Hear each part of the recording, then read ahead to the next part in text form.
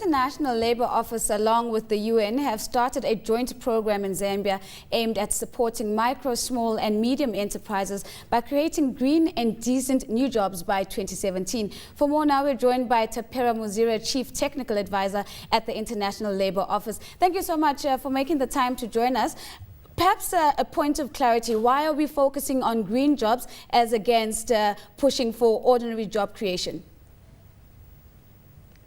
Thank you very much for the opportunity. I think there is no point in continuing to promote the creation of jobs, but whilst at the same time creating huge environmental costs for current and future generations. So there's a general understanding and a growing appreciation that perhaps it is very important that countries begin to consider a just transition to the green economy, where we could look at jobs that are created with an environmental benefit. Tapera, of course, there's lots of emphasis in the reports that have come out around the creation of decent green jobs. Again, won't you unpack what the understanding is around the concept of a decent green job? Well, as you know, the goal of the International Labour Organization today is to promote social justice and decent work. So for us, it's not just about jobs.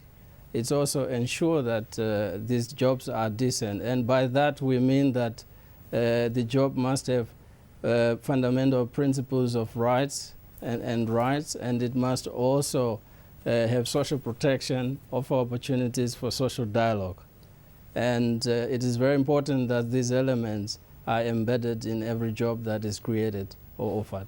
Of course. And this is what constitutes decent work. Of course, Tapera, today's focus, we're looking at the launch of the Green Jobs program. Perhaps you could share with us the objectives of the program. The Green Jobs program is really an initiative of the government of Zambia with financial support from the government of Finland and technical assistance from the United Nations. And the United Nations has 4 different agencies that are operating, which are led by the International Labour Office. And this include UNCTAD, UNEP, IFC, and FAO. And the objective of this program is to support micro and small and medium enterprises in the construction sector to improve their competitiveness and sustainable business by promoting green building principles and practices in the building construction sector in Zambia. By that, we hope to demonstrate that it is possible to look at a sector of a particular sector in an economy which has the potential to create green jobs. Let's look at the supporting labor legislation in Zambia, Tapera. Is it supportive of such a trend and a movement towards such a trend? Well, part of the objective of the program is to also create an enabling environment for the prosperity of enterprises that are creating green jobs. So whilst at the current moment, the sensitivity and the awareness is a bit low, we hope that through this program we will be able to raise the awareness among policymakers to create an enabling environment for green jobs. Do we have a handle on the numbers in terms of the number of jobs that we think could be created and within what time frame?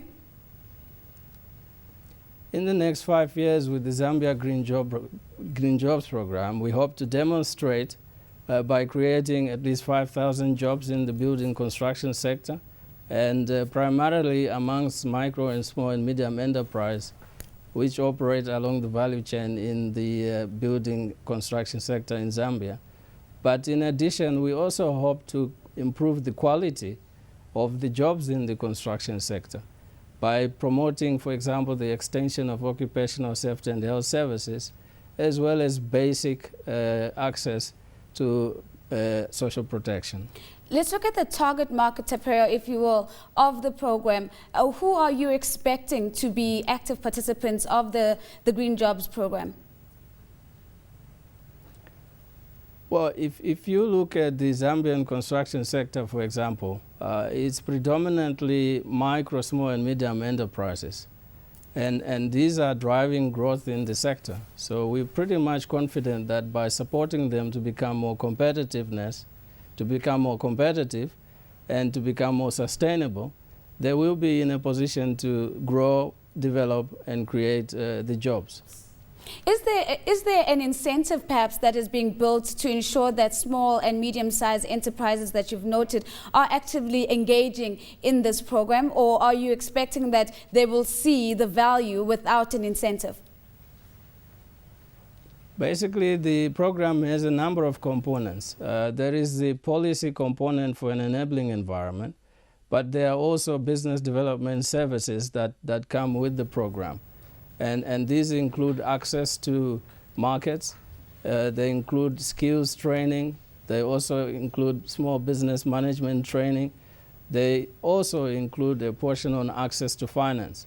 So what we have been able to do is put together a menu of different support services that are necessary to enable micro and small and medium enterprises to develop and grow. Of course, you touched. So we are working with various providers in this sector to be able to unlock markets for these types of services that the SMEs need to develop and grow. Tapera, you touched on a very important point, and that is of alleviating the challenge of access to finance, which most budding entrepreneurs are often faced with. Of this program, are you expecting to also increase the pool of entrepreneurs in Zambia? Yes, correct. I mean, the International Trade Center will lead our component on access to finance, and it's going to look at both demand and supply constraints. So on the demand side, to make sure that SMEs also have the financial literacy required to be able to access funding facilities.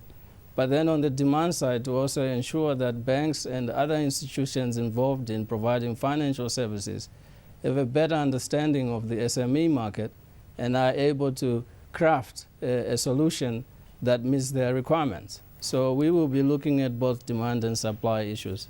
Tapera, thank you so much for those insights. And of course, we will be following the work of the Green Jobs Fund in Zambia.